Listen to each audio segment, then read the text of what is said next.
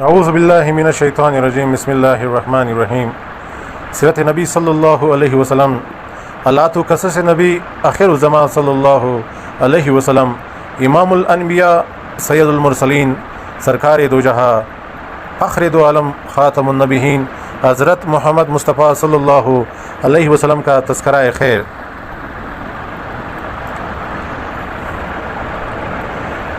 سیرت نبی صلی اللہ علیہ وسلم باب نمبر 34 حق دلوا دیا۔ اب اس ہندوستانی نے ان سے پوچھا تم کس کی عبادت کرتے ہو؟ انہوں نے جواب دیا ہم اس اللہ کی عبادت کرتے ہیں جو سامنے نہیں ہے اس پر۔ اس ہندی عالم نے پوچھا تمہیں اس کی خبر کس نے دی؟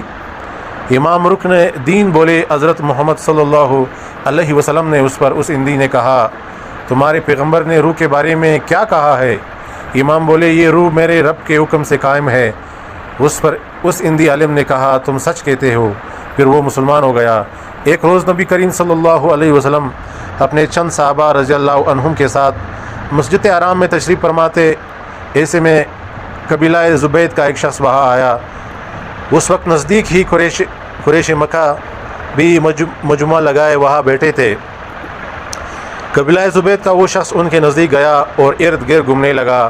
پھر اس نے کہا اے قریش، کوئی شخص کیسے تمہارے علاقے میں داخل ہو سکتا ہے اور کوئی تاجر کیسے تمہارے سرزمین پر آ سکتا ہے جبکہ تم ہر آنے والے پر ظلم کرتے ہو؟ یہ کہتے ہوئے جب وہ اس جگہ پہنچا جہاں آپ صلی اللہ علیہ وسلم تشریف فرماتے تو آپ نے اس سے فرمایا تم پر کس نے ظلم کیا؟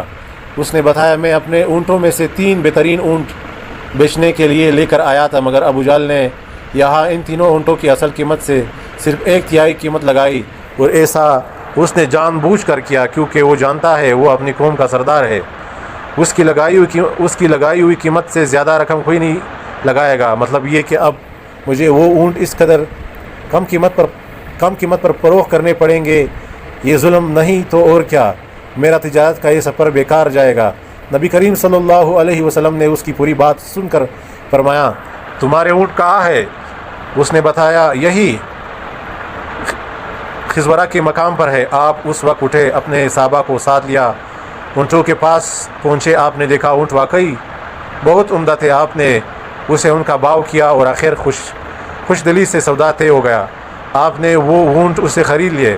پھر آپ نے ان میں سے 2 زیادہ عمدہ فروخت کر دیے اور ان کی قیمت بیوہ عورتوں میں تقسیم فرما دی۔ وہی بازار میں ابو جہل بیٹھا تھا، اس نے یہ سودا ہوتے دیکھا لیکن ایک لفظ بول نہ سکا۔ آپ اس کے پاس آئے اور فرمایا خبردار عمرو، ابو جہل کا نام ہے، اگر تم نے آئندہ حرکت کی تو بہت سختی سے پیش آؤں گا۔ یہ سنتے ہی وہ خوف زدہ انداز میں بولا محمد میں آئندہ ایسا نہیں کروں گا۔ اس کے بعد حضور نبی کریم صلی اللہ علیہ وسلم وہاں سے لوٹ آئے۔ ادھر راستے میں امیہ بن خلف ابو جہل سے ملا، اس کے ساتھ دوسرے ساتھی بھی تھے۔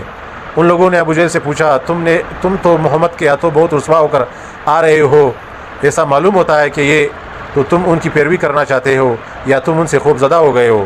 اس پر ابو جہل نے کہا میں ہرگز محمد کی پیروی نہیں کر سکتا۔ میری جو کمزوری تم نے دیکھی ہے اس کی وجہ یہ ہے کہ جب میں نے محمد صلی اللہ علیہ وسلم کو دیکھا تو ان کے دائیں بائیں بہت سارے آدمی نظر آئے، ان کے ہاتھوں میں نیزے اور بالے تھے اور وہ ان کو میری طرف لہرا رہے تھے۔ اگر میں اس وقت ان کی بات نہ مانتا تو وہ سب لوگ مجھ پر ٹوٹ پڑتے۔ ابو جہل ایک یتیم کا سرپرست بنا، پھر اس کا سارا مال غصب کر کے اسے نکال باہر کیا۔ وہ یتیم حضور نبی کریم صلی اللہ علیہ وسلم کے پاس ابو جہل کے خلاف فریاد لے کر آیا۔ حضور صلی اللہ علیہ وسلم اس یتیم کو لیے ابو جہل کے پاس پہنچا۔ آپ نے اسے فرمایا اس یتیم کا مال واپس کر دو۔ ابو جہل نے فوراً مال اس لڑکے کے حوالے کر دیا۔ مشرکین کو یہ بات معلوم ہوئی تو بہت حیران ہوئے۔ انہوں نے ابو جہل سے کہا کیا بات ہے، تم اس قدر بزدل کب سے ہو گئے کہ فوراً ہی مال اس لڑکے کے حوالے کر دیا؟ اس نے کہا تمہیں نہیں معلوم محمد صلی اللہ علیہ وسلم کے دائیں بائیں مجھے بہت خوفناک ہتھیار نظر آئے تھے، میں ان سے ڈر گیا۔ اگر میں اس یتیم کا مال نہ لوٹاتا تو وہ ان ہتھیاروں سے مجھے مار ڈالتے۔ قبیلہ خشعم کی ایک شاخ اراشا تھی، اس کے ایک شخص سے ابو جہل نے کچھ اونٹ خریدے لیکن قیمت ادا نہ کی۔ اس نے قریش کے لوگوں سے فریاد کی۔ ان لوگوں نے حضور نبی کریم صلی اللہ علیہ وسلم کا مذاق اڑانے کا پروگرام بنا لیا۔ انہوں نے اس اراشی سے کہا تم محمد کے پاس جا کر فریاد کرو۔ ایسا انہوں نے اس لیے کہا تھا کہ ان کا خیال تھا کہ حضور نبی کریم صلی اللہ علیہ وسلم ابو جہل کا کچھ نہیں بگاڑ سکتے۔ عراشی حضور نبی کریم صلی اللہ علیہ وسلم کے پاس گئے، آپ نے فوراً اسے ساتھ لیا اور ابو جہل کے مکان پر پہنچ گئے، اس کے دروازے پر دستک دی۔ ابو جہل نے اندر سے پوچھا کون ہے؟ آپ نے فرمایا محمد صلی اللہ علیہ وسلم۔ ابو جہل فوراً باہر نکل آیا، آپ کا نام سنتے ہی اس کا چہرہ زرد پڑ چکا تھا۔ آپ نے اسے فرمایا اس شخص کا حق فوراً ادا کرو۔ اس نے کہا بہت اچھا، ابھی لایا۔ اس نے اسی وقت اس کا حق ادا کر دیا۔ اب وہ شخص واپس اسی قریشی مجلس میں آیا اور ان سے بولا اللہ تعالیٰ یعنی آن حضرت صلی اللہ علیہ وسلم کو جزائے خیر دے، اللہ کی قسم انہوں نے میرا حق مجھے دلوایا۔ مشرک لوگوں نے بھی اپنا ایک آدمی ان کے پیچھے بھیجا تھا اور اسے کہا تھا کہ وہ دیکھتا رہے حضور اکرم صلی اللہ علیہ وسلم کیا کرتے ہیں۔ چنانچہ جب وہ واپس آیا تو انہوں نے اسے پوچھا تم نے کیا دیکھا؟ جواب میں اس نے کہا میں نے ایک بہت ہی عجیب اور حیرتناک بات دیکھی ہے۔ اللہ کی قسم محمد صلی اللہ علیہ وسلم نے جیسے ہی اس کے دروازے پر دستک دی تو وہ فوراً اس حالت میں باہر نکالا گیا، اس کا چہرہ بالکل بے جان اور زرد ہو رہا تھا۔ محمد نے اس سے کہا کہ اس کا حق ادا کر دو۔ وہ بولا بہت اچھا۔ یہ کہہ کر وہ اندر گیا اور اسی وقت اس کا حق لا کر دے دیا۔ قریشی سردار یہ سارا واقعہ سن کر بہت حیران ہوئے۔ اب انہوں نے ابو جہل سے کہا تمہیں شرم نہیں آتی؟ جو حرکت تم نے کی ایسی تو ہم نے کبھی نہیں دیکھی۔ جواب میں اس نے کہا تمہیں کیا پتہ؟ جو ہی محمد مصطفیٰ صلی اللہ علیہ وسلم میرے دروازے پر دستک دی اور میں نے ان کی آواز سنی تو میرا دل خوف اور دہشت سے بھر گیا۔ پھر میں باہر آیا تو میں نے دیکھا کہ ایک بہت قداور اونٹ میرے سر پر کھڑا ہے۔ میں نے آج تک اتنا بڑا اونٹ کبھی نہیں دیکھا تھا۔ اگر میں ان کی بات ماننے سے انکار کر دیتا تو وہ اونٹ مجھے کھا لیتا۔ کچھ مشرک ایسے بھی تھے جو مستقل طور پر آپ کا مذاق اڑایا کرتے تھے۔ اللہ تعالیٰ نے ان کے بارے میں ارشاد فرمایا، ترجمہ یہ لوگ جو آپ پر ہنستے ہیں اور اللہ تعالیٰ کے سوا دوسروں کو معبود قرار دیتے ہیں، ان سے آپ کے لیے ہم کافی ہے۔ سورۃ الحجر آیات 95۔ ان مذاق اڑانے والوں میں ابو جہل، ابو لہب، عقبہ بن ابی معیط، عقبہ بن عاص بن امیہ جو حضرت عثمان رضی اللہ عنہ کا چاچا تھا، اور عاص بن وائل شامل تھے۔ ابو لہب کی حرکات میں سے ایک حرکت یہ تھی کہ وہ آن حضرت صلی اللہ علیہ وسلم کے دروازے پر گندگی پھینک کر جایا کرتا تھا۔ ایک روز وہ یہی حرکت کر کے جا رہا تھا کہ اسے اس کے بھائی حضرت حمزہ رضی اللہ عنہ نے دیکھ لیا۔ حضرت حمزہ رضی اللہ عنہ وہ گندگی اٹھا کر فوراً ابو لہب کے سر پر ڈال دی۔ اسی طرح عقبہ بن ابی معیط نبی کریم صلی اللہ علیہ وسلم کے دروازے پر گندگی ڈال جایا کرتا تھا۔ عقبہ نے ایک روز آپ کے چہرہ مبارک کی طرف تھوکا، وہ تھوک لوٹ کر اسی کے چہرے پر آ پڑا۔ جس حصے پر وہ تھوک کر گرا وہاں کوڑا جیسا نشان بن گیا۔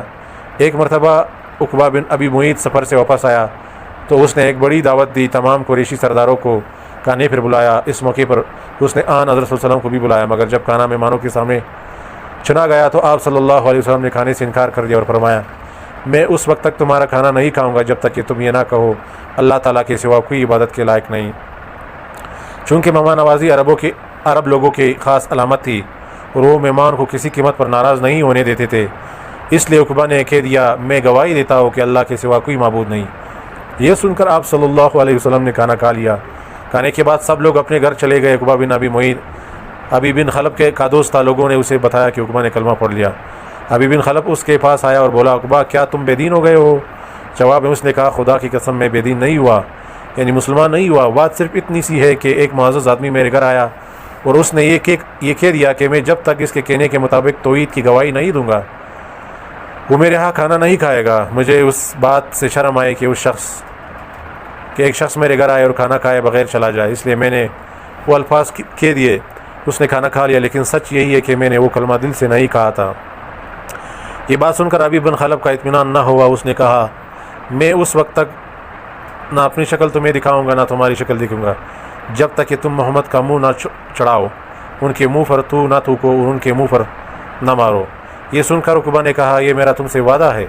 اس کے بعد جب حضور نبی کریم صلی اللہ علیہ وسلم اس بدبخت کے سامنے آئے، اس نے آپ کا منہ چڑھایا، آپ کے چہرہ مبارک پر تھوکا، لیکن اس کا تھوک آپ کے چہرہ مبارک تک نہ پہنچا بلکہ خود اس کے منہ پر آ کر گرا۔ اس نے محسوس کیا گویا آگ کا کوئی انگارہ اس کے چہرے پر آ گیا۔ اس کے چہرے پر جلنے کا نشان باقی رہ گیا اور مرتے دم تک رہا۔ اسی عقبہ بن معیط کے بارے میں سورہ فرقان کی آیات 37 نازل ہوئی۔ ترجمہ جس روز ظالم اپنے ہاتھ کاٹ کاٹ کر کھائے گا اور کہے گا کیا ہی اچھا ہوتا میں رسول اللہ صلی اللہ علیہ وسلم کے ساتھ دین کی راہ پر لگ جاتا۔ اس آیات کی تفسیر میں لکھا ہے جس روز ظالم آدمی جہنم میں کونی تک اپنا ایک آدھ دانتوں سے کاٹے گا، پھر دوسرے آدھ کو کاٹ کر کھائے گا، جب دوسرا کھا چکے گا تو پہلا پھر اگ آئے گا اور وہ اس کو کھانے لگے گا۔ غرض اس طرح کرتا رہے گا۔ اسی طرح حکم بن عاص بھی آن حضرت صلی اللہ علیہ وسلم کے ساتھ مسخرہ پن کرتا تھا۔ ایک روز آپ صلی اللہ علیہ وسلم چلے جا رہے تھے، یہ آپ کے پیچھے چل پڑا، آپ کا مذاق اڑانے کے لیے منہ اور ناک سے طرح طرح کی آوازیں نکالنے لگا۔ آپ چلتے چلتے اس کی طرف موڑے اور فرمایا، تو ایسا ہی ہو جا۔ چنانچہ اس کے بعد یہ ایسا ہو گیا تھا۔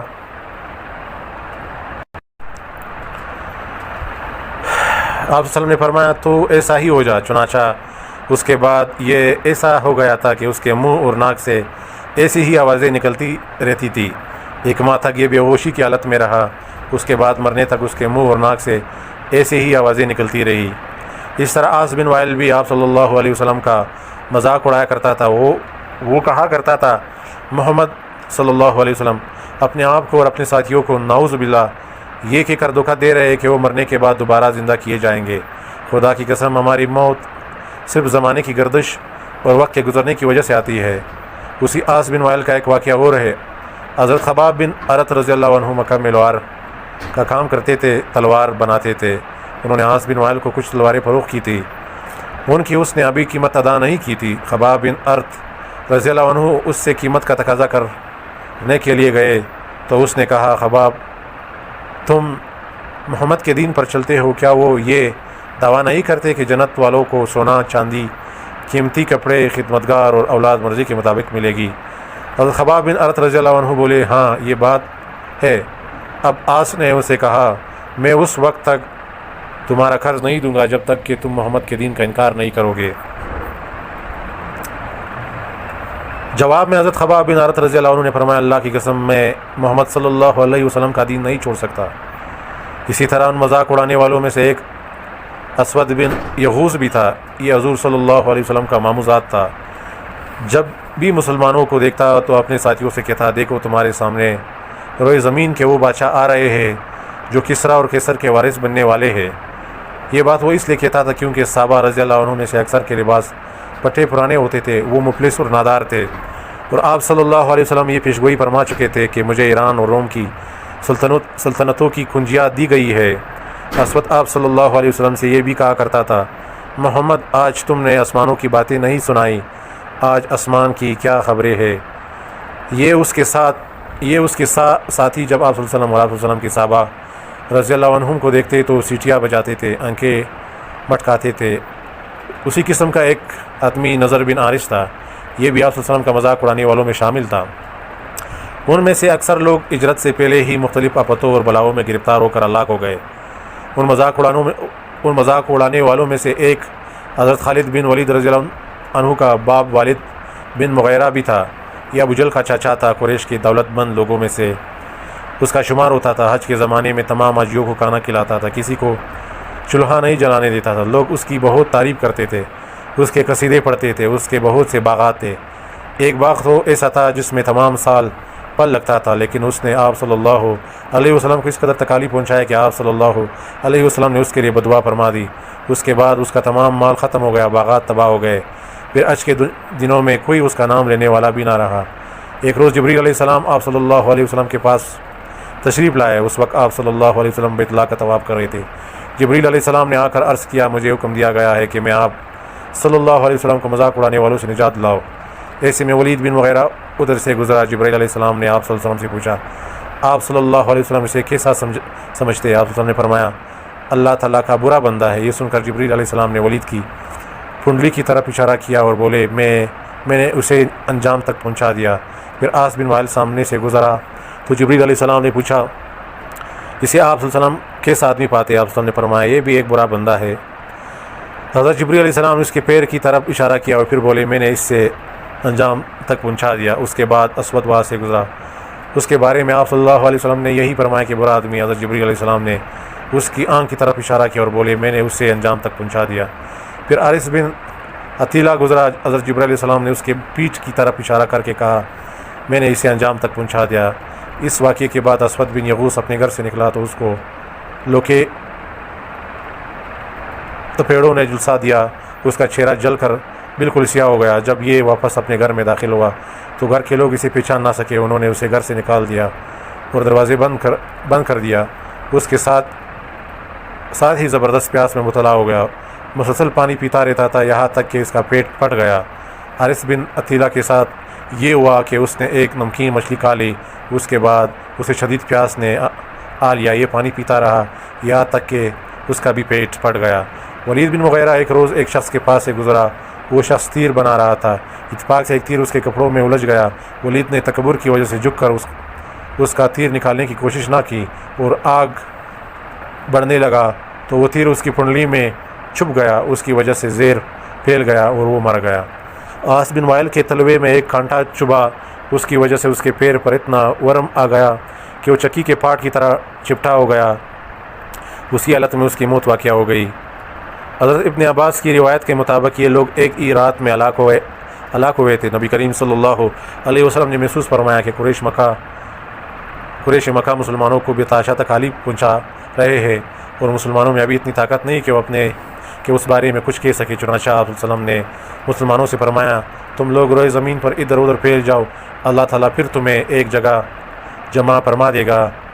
ہم کہاں جائے؟ صحابہ کرام رضی اللہ عنہ نے پوچھا۔ آپ صلی اللہ علیہ وسلم نے ملک حبشہ کی طرف اشارہ کرتے ہوئے فرمایا، تم لوگ ملک حبشہ کی طرف چلے جاؤ، اس لیے کہ وہاں کا بادشاہ نیک ہے، وہ کسی پر ظلم نہیں ہونے دیتا، وہ سچائی کی سرزمین ہے، یہاں تک کہ اللہ تعالیٰ ان مصیبتوں کا خاتمہ کر کے تمہارے لیے آسانیاں پیدا کر دے۔ حدیث میں آتا ہے کہ جو شخص اپنے دین کو بچانے کے لیے ادھر سے ادھر کہیں گیا، چاہے وہ ایک بالشتی چلا، اس کے لیے جنت واجب کر دی جاتی ہے۔ چنانچہ اس حکم کے بعد بہت سے مسلمان اپنے دین کو بچانے کے لیے اپنے وطن سے ہجرت کر گئے۔ ان میں کچھ ایسے بھی تھے جنہوں نے اپنی بیوی بچوں کے ساتھ ہجرت کی، اور کچھ ایسے بھی تھے جنہوں نے تنہا ہجرت کی۔ جن لوگوں نے بیوی بچوں سمیت ہجرت کی، ان میں حضرت عثمان غنی رضی اللہ عنہ بھی تھے، ان کے ساتھ ان کی بیوی یعنی آپ صلی اللہ علیہ وسلم کی صاحبزادی حضرت رقیہ رضی اللہ تعالیٰ عنہ بھی ہجرت کر گئی۔ حضرت عثمان غنی رضی اللہ عنہ سب سے پہلے ہجرت کرنے والے شخص ہے۔ سبحان اللہ۔